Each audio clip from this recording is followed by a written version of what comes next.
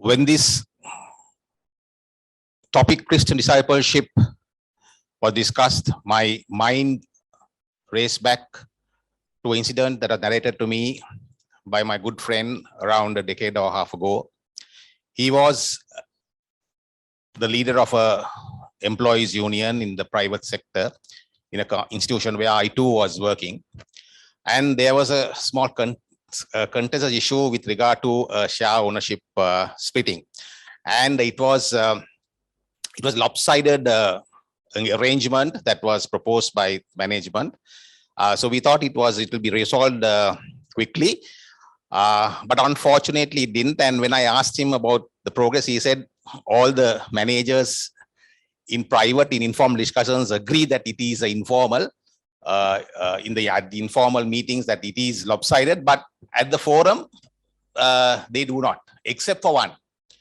And I asked him why is it that person is not supporting you all? And he said the only thing that I can realize or reason out is that he is a Catholic, and that stands out. And that, my dear friends, is a Christian disciple, a person who openly supports equitable action, ethics, and portrays the image of the Lord our God, is a Christian disciple. We need to live the word as Jesus Christ spreads or wants us to spread. The scripture, the New Testament, the word disciple appears in 263 places as opposed to only 2 places in the Old Testament. That itself evidences the importance placed on the word disciple or Christian disciple in the New Testament. If I take you back to our younger days, our parents used to teach us what to say, what not to say, what to do. Then they will tell us to be selfless, to share things with others.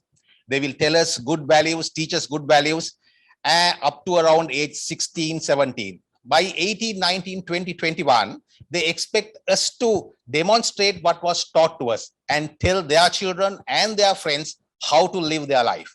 Similarly, in the Old Testament, we see God interacting with the people directly, telling them where to go, where not to go, what to do, what not to do, at times reprimanding them, punishing them if they disobey. But with the advent of Jesus Christ, the things change, and we are now a mature congregation where we are supposed to go out and live a life according to what we have been taught and tell the people, the believers, or rather the non-believers and the believers who do not acknowledge the word of the Lord. Of course, you might be a little bit confused when I say believers. Of course, you can actually fathom it's black and white. But when I say believers who do not acknowledge, it's a little bit tricky. I will explain that to you with an example. Couple of decades ago, when I was about 20, 21 years of age, I had a discussion with a priest who was a diabetic patient, and I told him, Father, you celebrate many masses, and probably the wine intake is actually maybe contributing towards your diabetic situation. And he frowned at me and said, what? And I said, come on, Father, let's be practical. He said, no, I never take wine. I always drink the blood of Christ. Actually, although I have participated in masses, I couldn't fathom, I couldn't acknowledge the fact that the wine was turning into the blood of Christ. And the Father went on to say, the blood of Christ has no biological impact on me, but only a spiritual impact. And that has a profound impact on me. And to this date, I am thinking a lot, and that word enabled me to explore the word in depth and understand what the word means to us and how to propagate the word. And in this day today, it has come into more importance, where we have now begin to receive the host the body of Christ into our hands, thinking that it will transmit, it will act as a bridge to transmit the virus from the fingers of the priest or the hands of the priest into ourselves or through our saliva to him. Of course, now when I think in light of what that priest told me, can a virus survive on that? So we do believe in everything, but when it comes to the crunch moment, we succumb. We can't understand or fathom the real meaning. So a Christian disciple is a person who can fathom that, who can understand it and take it to the believers, but who do not expect that it will happen. So we are a chosen people to do that. And through the baptism, we have been chosen. Through baptism, we have been chosen not to be, not for salvation. Everybody in this world is entitled for salvation, but not assured. We need to go through the process to be assured of going into getting salvation or being with the Lord. But we are chosen to propagate the word. And that is the primary task that has been assigned to us by Lord Jesus Christ through the disciples, through the apostles. And let's say what Matthew says in chapter 28, verses 19 to 20. Therefore, go forth and make disciples of all nations, baptizing them in the name of the Father and the Son and the Holy Spirit, and teaching them to obey everything I have commanded you. And surely I will be with you always to the very end. So that is very clear that Jesus says, I will be with you, above you, behind you, to guide you, and to give you the necessary strength and the wisdom to go out and propagate the word. And in John chapter 21, verse 17, we are told, and Jesus tells Peter, feed my sheep, feed with the word, feed with the spiritual word, and strengthen them to go and propagate. And if you have time, please browse through John chapter 17, that's termed as the prayer of the high priest. In that, Jesus prays to everybody, and he prays to us, especially the disciples, who we go and propagate the word to another set, and thereby wave by wave the message is taken across the globe. Having said that, we cannot be complacent the fact that we are baptized and we have got this task to fulfill, but we have to do a little bit of homework as well. We need 3 prerequisites to be a good and effective disciple. The first one is loving him wholeheartedly. Now, if you look at your own life and your own work that you do, if you're not passionate about anything, if you don't love anything, you will not be effectively propagating or working towards that. Let's say, for example, if you love your country, or if you love your school, or if you love the sport that you play, if you're not passionate about it, if you're not congruent or with that, or you're not totally in alignment with it, you will not be able to perform. Similarly, if I don't love my Lord Jesus Christ, psychologically, if I'm not connected to him, I will not be able to propagate his word effectively. Whenever I speak, it has to pop out, it has to come from within. And the person or people who are listening to me, who are looking at my actions, has to understand that it is not me that is at work, but my Lord Jesus Christ. Number 2, carrying our daily crosses willfully. Now, carrying our daily cross willfully has a distinct meaning in this context, in the disciples' context, as opposed to the normal crosses that we have in our day-to-day life. These crosses come to us specifically because we engage in discipleship work. If I take you back to that example which I narrated, just imagine that manager, that C-suite manager, having the courage to utter those words. It doesn't end there. Just imagine that what will happen to him the next day when he tries to work with the rest of his corporate managers. Will they look at him with a squint eye? Will they be on the lookout for him for any slight mistake he does so as to attack him?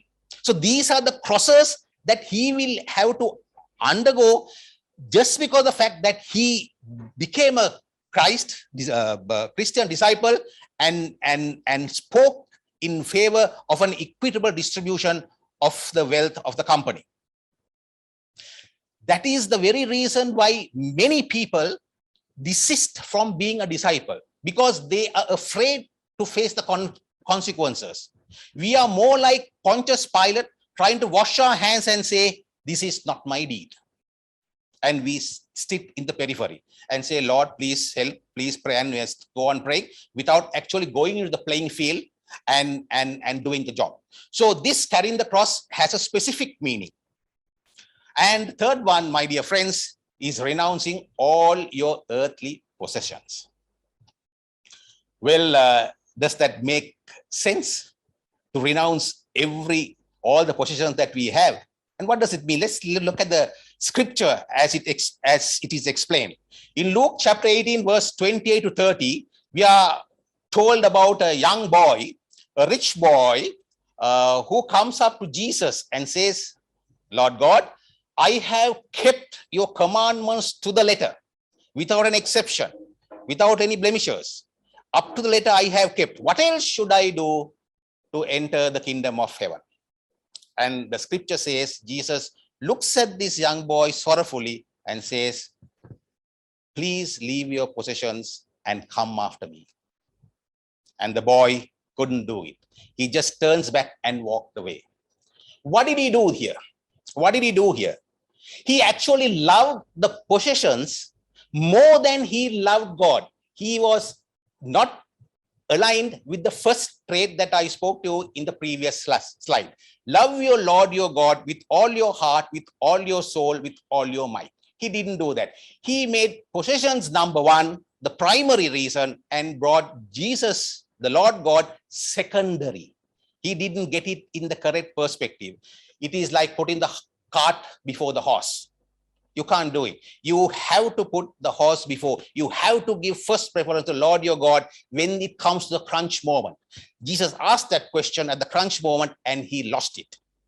So we too are being told or being asked at some crunch points whether we are going to leave our positions. We'll give you practical examples in the slides, in the slides to come. Point number two is what Matthew says. Matthew is written in chapter number 19, verse 23. Directly he says, or he quotes Jesus' words, truly I tell you, it will be hard for a rich person to enter into a kingdom of heaven. Yes, Jesus acknowledges the fact. Of course, when we are living with it for a long period of time, our positions, we are weak people, we are human beings, and Jesus knows that it is hard. That hardness is the one from which we need to come out. It's not an easy game. It's not easy, right? Even playing, most of you would have played some sort of sports in your life. See how much of effort that goes into play. Today we lost the game in the last over of the match. But see, with all that hard work, but we need to do that hard work. We need to do the hard work, and we cannot be complacent and say, okay, we are Catholics, baptized. We need to go, we can easily have a joyride to heaven. And point number three is on chapter 25, verse 15, about the parable of the talents. I'm not going to say that. You are very familiar with that. We're very familiar with that parable. And in that parable, it says, the master gave the three servants different talents. First one given 1, second was given 2, and the third one was given 5. Doubling it may take at a 20% average return a 5-year period. And during that 5-year period, we get attached to so much of things.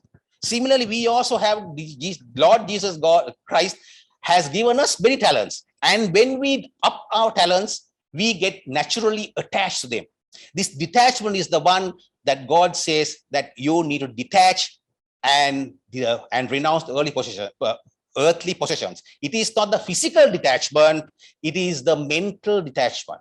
It is not the physical detachment, mental detachment. So we need these 3 points, or these 3 traits: loving the Lord, carrying the daily crosses, and the ability to say, no, I don't love these, I love you more than these earthly possessions. If we have practiced these 3 traits, and if we can develop on these, we will truly be able to become a Christian disciple with ease. So it seems a little bit difficult, the tough ask, and the natural question that pops onto our mind is, can we opt out? Yes, you can. Lord God has given us this gift as well, along with our talents. the free will. Yes, you can choose. You can choose not to do and can go your way. But he has given us also another talent, another gift called wisdom. You choose wisely. So how do you choose? You choose whether what do you want as at the end of your life. What is the objective of your life? What is the final objective of your life? If you ask me, my final objective of the life is to say goodbye to this good old earth smilingly and walk across the bridge, as Jim Reeves says, and see the Lord our God. Across the bridge, there's no more sorrow. So when I come to the bridge, I need to walk across. So I need to be congruent. Whatever I do right throughout this earthly life has to be congruent, so that I will walk through that bridge smilingly, else I will fall onto the river. So if you are very clear on the objective, you will actually use your free will to do what Lord God wants you to do. So you think very clearly. We may be called upon tonight, tomorrow, in a decade. We don't know. And we have to be clear as to what our objective is, and then make our life or do our things according to the word. So we have different roles to play this discipleship role. Some have chosen to be priest and religious vocations. Some have remained single or unmarried. That is also a vocation. And here we are talking about marital vocation as married couples. So as married couples, we will now speak to you about how we can be a disciple as a husband and wife to each other and to the rest of the world, as a father and a mother, in church and lay activities, in offices, and in social life. Let's see what St. Paul tells to the Ephesians. It says, wives, be subject to your husbands as you are to the Lord, for the husband is the head of the wife, just as Christ. Okay, I have a beautiful story to share with you, which happened to one of my aunts, and she was a doctor. She and her husband both were doctors, and also they specialized in the same field. And they had their private practice at the same place on different days. There were 1 or 2 days they used to come together.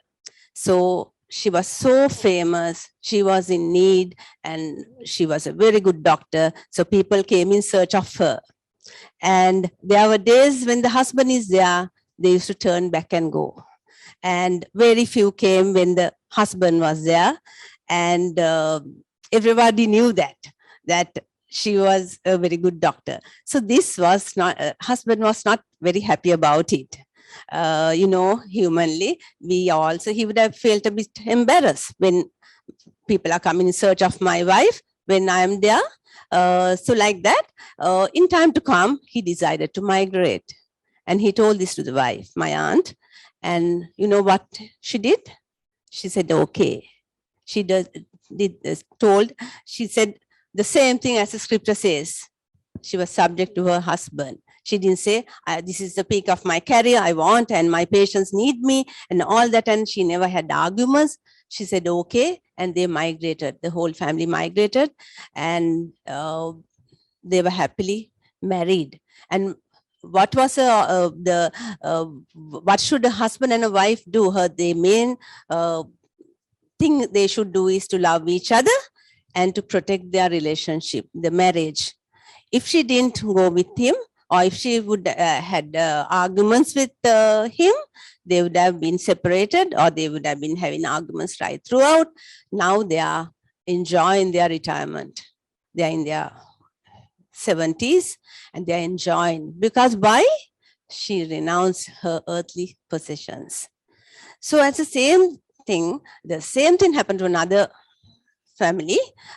Actually, this boy was working with Shiran. He was an accountant, and his wife was also an accountant. And time went by. They were married for about 1.5 years. And this lady got a new job. And she was given a bigger salary, very much bigger than the husband. And she was very proud about her salary. And she didn't want, she was a bit embarrassed to say that this is my husband. She would have felt like that. Time went by, both of them were having arguments. It seems this boy had told Shiran one day, and after about 2 years, she wanted to go in for a divorce. Now they are divorced. See, this is the same story, how one person, now my aunt acted as a Christian disciple. This lady wanted to save her money. She was so proud of her job and her salary, and she didn't want a husband. In the same way, I too have a small story to tell about us. 28 years ago, when we were married, Shiran was a bank clerk and I was an air hostess, and my salary was 4 or 5 times more than Shiran. I never looked down on him, or I was never proud about my salary, and we were happy. In time to come, 2 or 3 years time, we wanted to start a family. I resigned from my job, and I was a housewife from that day onwards. So see, if I was proud and I was looking down on him, what would have happened? Now I'm depending on him. I'm a housewife, and we are happy about it. So yes, that's about the wives, what the wives have done. Sorry, that's about what the wives have done. And I will tell you another story about what the husbands have done. Of course, there is this person became a country manager in one of a multinational company in Sri Lanka, and within a year or so, he became a area manager. He became an area manager, or sorry, a regional manager, and he was destined to go higher because he was very young. But because he spent more time outside, roaming around the world in respect of his duties, his wife didn't like the things what was happening. But then he took the decision, yes, I need to come back. I need to come back to protect my family. So these three examples which we quoted is congruent with those true traits that I said. Renouncing the possession is Revanti's auntie renounced her career. Then the other girl didn't want to renounce, and my friend renounced his career. So when you say possessions, it has various meanings. So the ability, you should be able to discern. Paul says that we have the ability to discern. So you have to be along with the Lord so that you'll be able to discern what to do and what not to do. Protecting the family is actual discipleship, because God wants families, and when two people come together and say, I do in front of him, it has to last till the end. Right? Renouncing words. So Jesus says that it is written that one does not live on bread alone. So that's another scripture passage for you to ponder upon, and be focused on your marital life and family. So we spoke about husband and wife. Now we become parents. When we talk about parenting, we have to nourish our children. Likewise, we give food for them. In the same way, we have to nourish them spiritually. That is through family prayer. There are so many spiritual exercises you could practice. The family rosary, going to church, going for daily mass or for Sunday mass together, and you can read the scriptures, and you can do so many spiritual things. And because you are the first teachers for a child, we say the first school for a child is the home. So the mother and father, both, it's our duty to bring up our children spiritually. It's no point regretting afterwards. Sometimes you are very close to your children. As disciples, you try to tell them you do this and that, and tell them, teach them prayers, but later on you forget about it. When they are in their teens, you forget about them, and later on when they fall into trouble, you are regretting, and you are trying to find solutions, you are trying to do counseling, so many things, but that's too late. What we should say is, as parents, be connected, be with the children, and your spiritual teaching is a must. I just like to share what we do at home. Actually, I saw this when I used to go to Shiran's house. I saw them praying. Shiran's mother used to pray before, whenever they are leaving. she used to pray. I thought it was a very nice exercise. And also we didn't practice at our house. So I thought the day I get married, I'm going to do this. And from the day we got married, we have been praying as we go out of the house, sometimes 3 or 4 times. It doesn't take time, 1 or 2 minutes, but we all come together to the altar and we pray. And even the children, they never leave the house without, now they sometimes they are in a hurry, but still they say, Ammi, come soon, we'll pray and go. I come to say prayers. So like that, one day, one of my son's classmates, he came home because he didn't have a way of going to school. And before leaving, now he saw us praying. The next day I get a call from his mother and saying, she's asking me, Revanthi, do you all pray before going? I said, yes. See, now this boy, my son, had seen that and he came and said, Ammi, we are not doing, we have to do that. Now see, my mother-in-law was a Christian disciple and I saw that, and we as a family have shown it to this boy, and this little boy is going and telling his mother, and he's becoming a Christian disciple. So there are so many spiritual exercises that you can nourish your children with. And the second one is you have to love your children. That we know all the parents, they love their children. When I tell you this story, you will think, you can understand what it is. When I was in grade 2, I was about 6 years, I think, I brought a pencil from another girl. So my father was a police officer and my mother was a teacher, and they got to know that I have a pencil which doesn't belong to me. Both of them called me and said, tomorrow you are going to go and give this to that girl. I cried. I remember I cried and I was feeling very embarrassed. Nowadays she will think, she knows that I have taken it from her. But they love me, but they didn't please me. They didn't tell me, Baba, okay, the next time don't do something like that. But they got me to go through that process. And I was really embarrassed. And thereafter, because that's the way you have to bring your children. You give the good values by giving the good values. So from there onwards, we have been getting so much of good values from our parents. So when we talk about values, I feel so sad when sometimes I'm a Sunday school teacher, and in my Sunday school, some children, the values that the parents are giving, they are more worried about the competitions and getting prizes rather than coming for Sunday mass. They come for Sunday school, and their parents are staying near the gate to take their children without keeping them for mass, because they have different excuses. Some will say, I have a cough, but still they have come for Sunday school. Why? To get the attendance prize. But they don't want to come for Holy Mass. But during the Sunday school holidays, the front pews are empty. So these are the values the parents are giving. It should be the other way. You should give good values to your children. So when, now we were talking about the parents, and any parent will become an in-law. She will become a daughter-in-law or a mother-in-law, and a husband will become a son-in-law, or one day a father-in-law. We both of us are also mother-in-law and a father-in-law with our daughter-in-law. So what does the book of Genesis say? A man will leave his mother and father and clings to his wife. So the mothers and fathers, please help your children when they get married to build their lovely home. Help them and pray for them.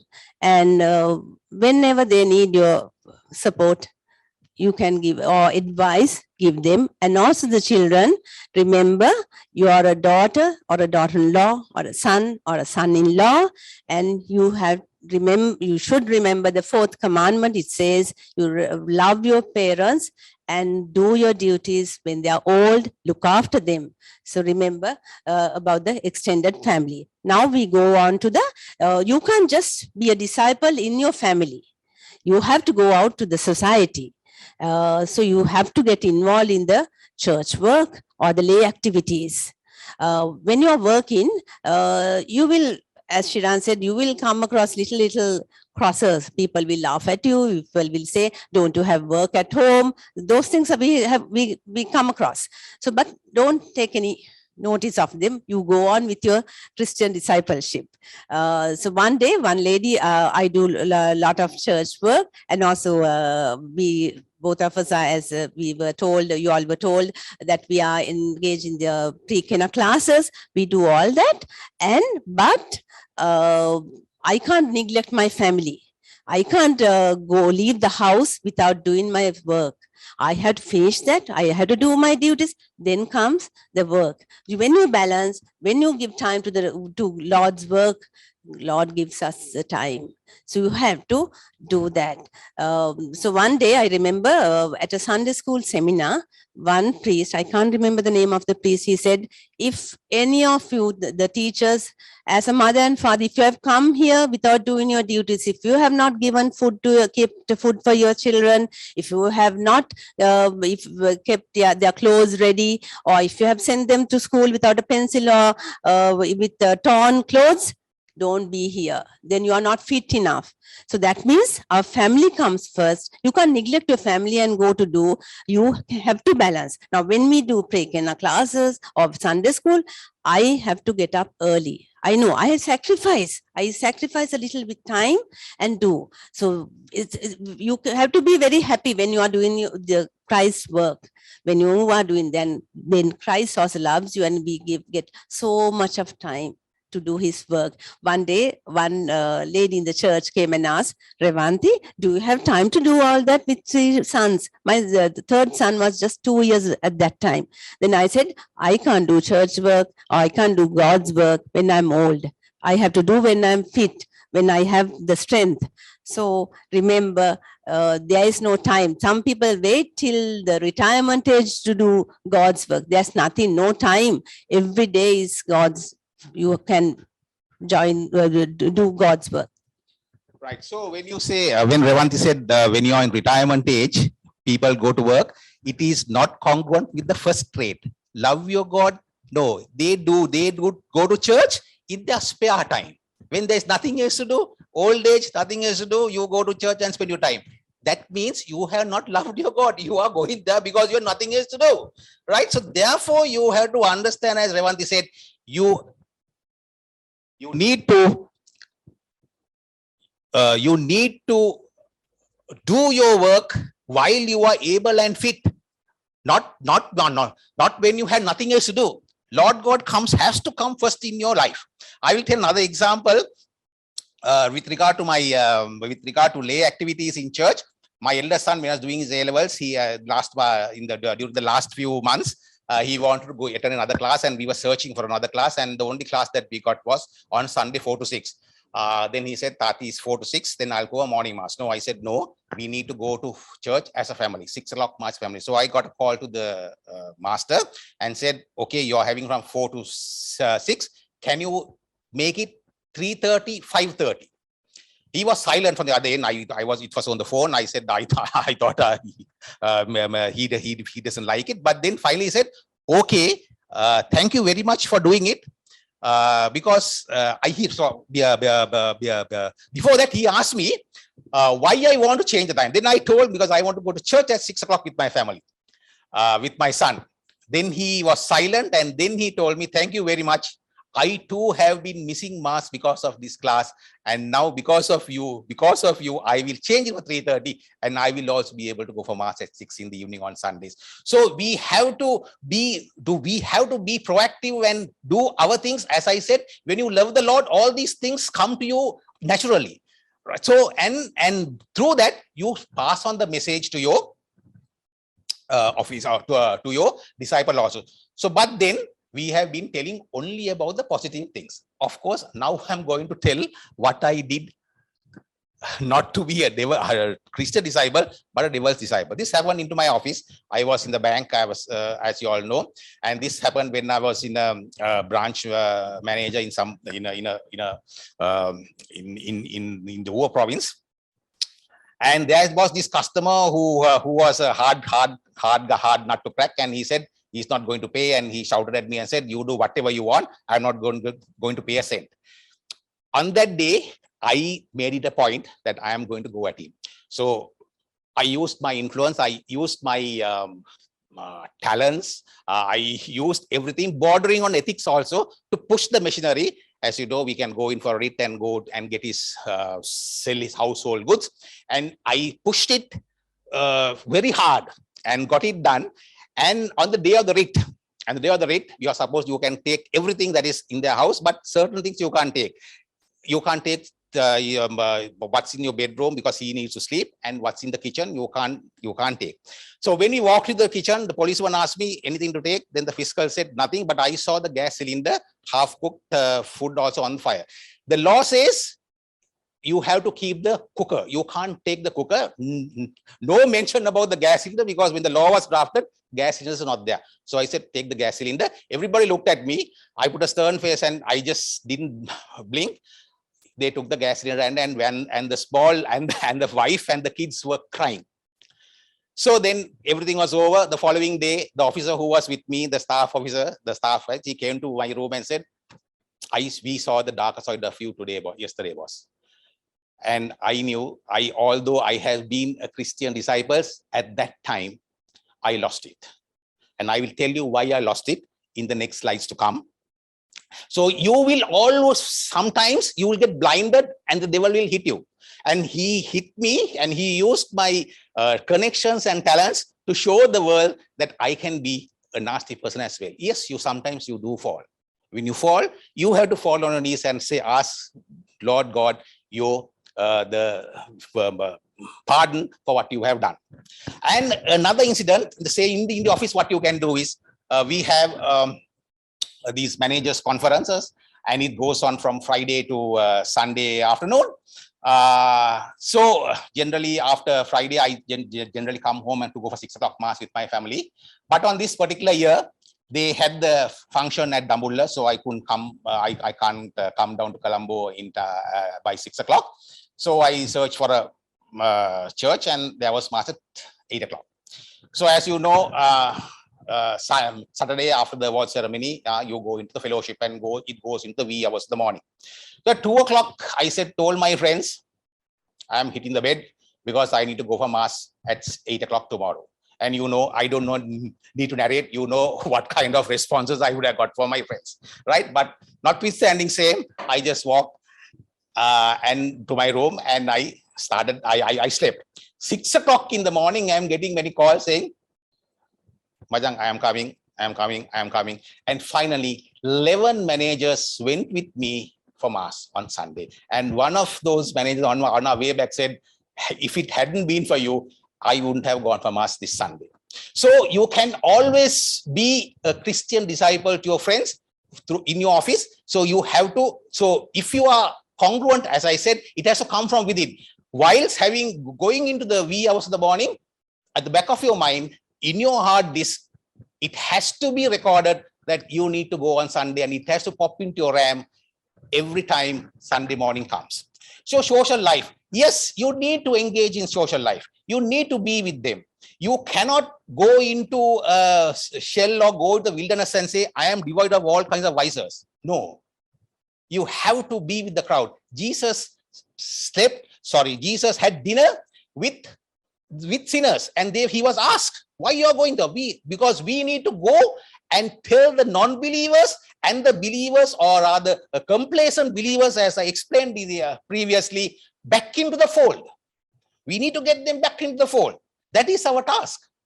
We do not get in salvation individually. That's the difference between our religion and some of the other religions. We cannot go into wilderness and pray and say, I am going into heaven or getting everlasting life. No, we go with the community. We have to engage ourselves. So do not be afraid. A lot of people do not want to engage, and if I repeat again, most wants to be Pontius Pilates, washing their hands and says, being in the periphery and saying, this is not my deed. We need to go and protect the adulterous woman as Jesus protected her, not physically, but spiritually.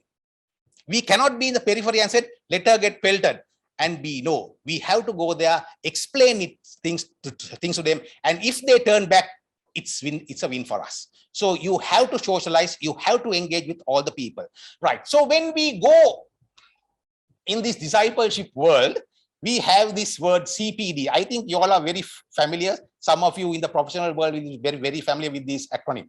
But for us, it is continuous prayerful devotion. We need to be in continuous prayer because this is not a one-off game. The devil doesn't go into hibernation. I think, my gosh, Shiran is now a Christian disciples. He comes and does speak in our classes. My gosh, we can't go, and they don't run away. They come. How? This is what Mark says in chapter 12, verse 45. Then it goes and brings along 7 other spirits more evil than itself. They come with a bang, and you need to be strong enough to withstand them. And they attack at your Achilles' heels, at your weakest point.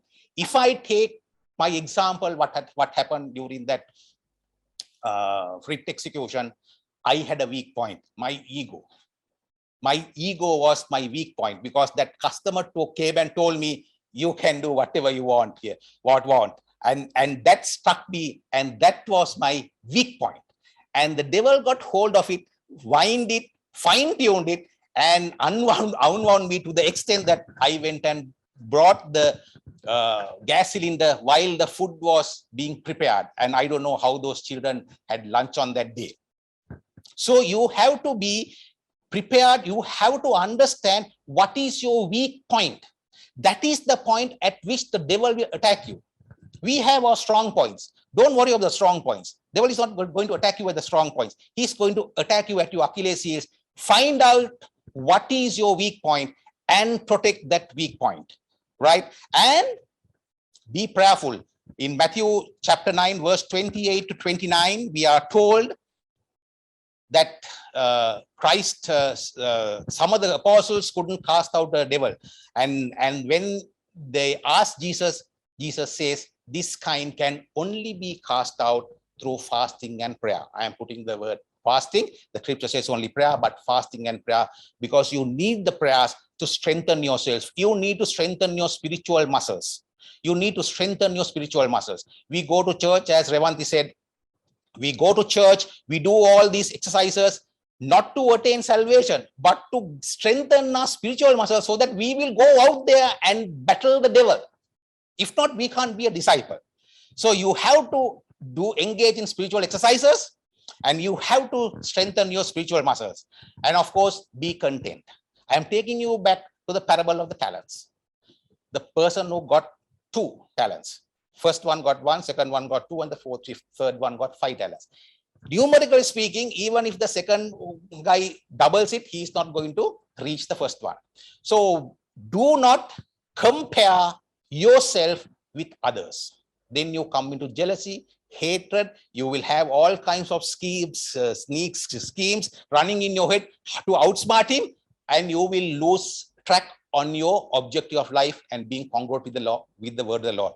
You do your best.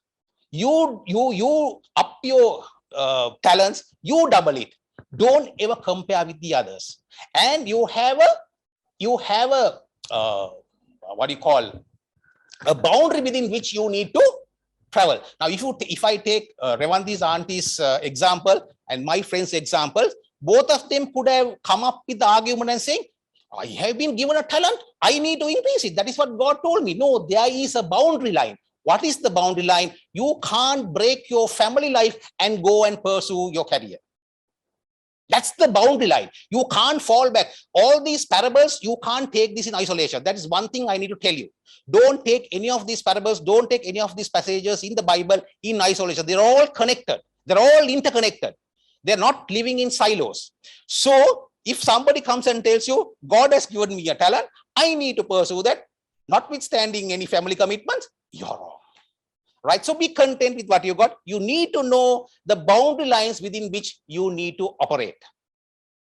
Right? So then finally, patience. You need to have patience because you will be attacked by the devil. I am going to quote from Sister Faustina's note number 86. It's very nice. She speaks about she speaks about her confession.